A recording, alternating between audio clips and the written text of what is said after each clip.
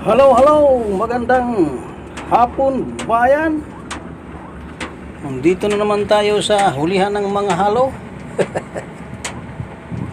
Medyo hangin-hangin lolo ah. Ulan yata po. Oo. Kahuli man lang tayo lolo ng isa, may sudan na. Meron tayong sudan ba? Dami na naman naglipa ng mga bayawak, mga idol. Matatakaw, mga idol, parang buhaya. Buwasngag ba kung tawagin? Buwasngag. Sus, Ginoo. Mayroon tayong isang halo. Halo-halong matakaw na halo. Inuubod yung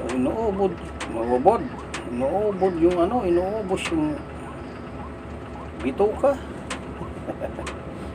Bituka ng isda, manok, o bituka ng baboy. Kumusta lolo? Nagdala ka ba ng tabako? Boyo lang ako, boyo. Sayang. Hindi pa ako nakababa sa bayan apo. Mahirap naman boyo at saka apog. Sus, Ginoo. Anong lasa niya? Magbibili ka kasi lolo pagpunta ka ng bayan. Dami-dami mo na. Lagang 500. Hindi yung kaunti lang dahil minsan lang tayo bumaba. Hindi ka maubusan. Mahina ang bentahan ng mga apo. Kamuting kahoy, manabarat. Ayun lang. Manabarat pala. Mayroon tayong halo. Pwede rin kayong magpain mga idol ng tikling kung wala kayong pampain. Tatarin mo lang yung katawan, isama mo na lahat. Tanggalin mo lang yung tusak. Mayroon na sana isa, kung hindi atras, baka naman kamukha ito ni Michael Jackson umatras. Wala, di na mahuli ito mga ito. Yung isa paalis na nga, mauutak kasi mga halo dito mga ito. Matatalino ang mga bayawak. Gusto lang kumain ng pagkain tapos aalis. Wala na, di na mahuli kaya mga loko-loko man. Halo-halo ibid. Sus, Ginoo. Meron na sana isa, kaso parang Michael Jackson. Patingin-tingin. Sa kabila sana tayo, lolo lipat. Nakawala ang isa mga idol. Dito naman tayo sa kabila. Huwag lang malikot lolo, baka magsitakbuhan. Maganda ang pagkatago ko apo. Ayos mo pagkamera dyan lolo, kaya parang uubusin lang yata ang pain mga idol, tapos sabay alis nga manunulay. Wala nang nguyang-nguya, linulunok na lang ang manunulay. Meron kayong mga idol ulo ng isda, tinik. Wala kayong isaw, pwede. Tikling, maraming tikling dito, yung kwak, yung gaganon. Di man si lolo makakain kay matigas man, isa lang ngipin. Ipain na lang natin lolo kung makakahuli tayo ng tikling o kaya babakwa. Sa English, water in. Mayroon na naman palapit lolo nga isa. Ayusin mo lolong pagkamera kaya. Naghalikan pa naman, manunulay halikan o aaway. Nag-aaway na kay ang isa matakaw, ang isa nagsilos. Ayaw daw mamigay nga manunulay. Linalangaw-langaw na kaya nag-aagaw.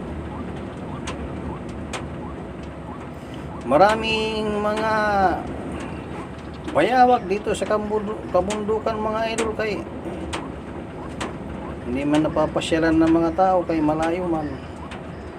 Kaya dumadami sila, binabawasan namin, kay inuubos yung manok ni Lolo. Ginagabi. Pati sisiw dala. Di ba, Lolo? Tama po. Takbuhan na naman, Lolo, may pumalit, dalawa na naman, oh. Oh, lalabas na naman isa. Matatalinan yung mga manunulay ito, kahit mag-isa lang tayo, Lolo, sana okay na, oh. Oh. Kalilikot-likot, Lolo, dyan. Pag narinig ka, takbuhan na manunulay. Wala tayo sudan. Sus. Mag-ano ka na naman ng utan na gabi. Maggata, magsawa man tayo pag lagi na lang ganun. Minsan pako, kaya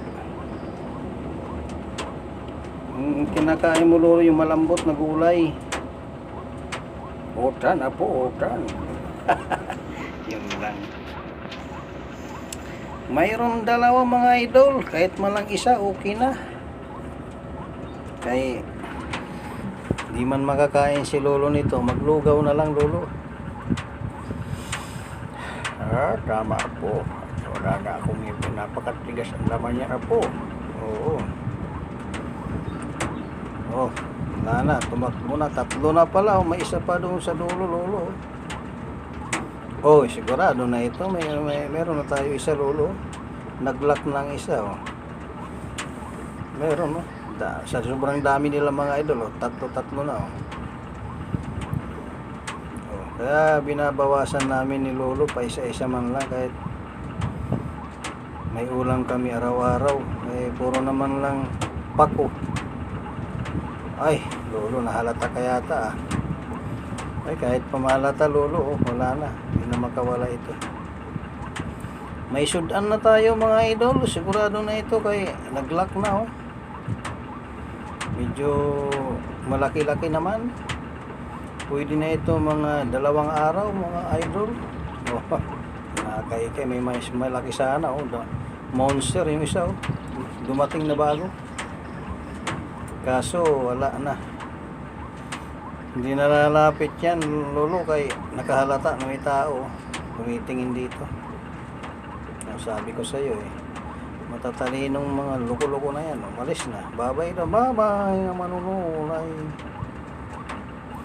At least meron tayong isa, Lolo. Sigurado na ito rin makawala. Wag lang maputol doon sa pinagtalian. Oh, may dumating na naman, oh. Sobrang dami nila mga idol. Talagang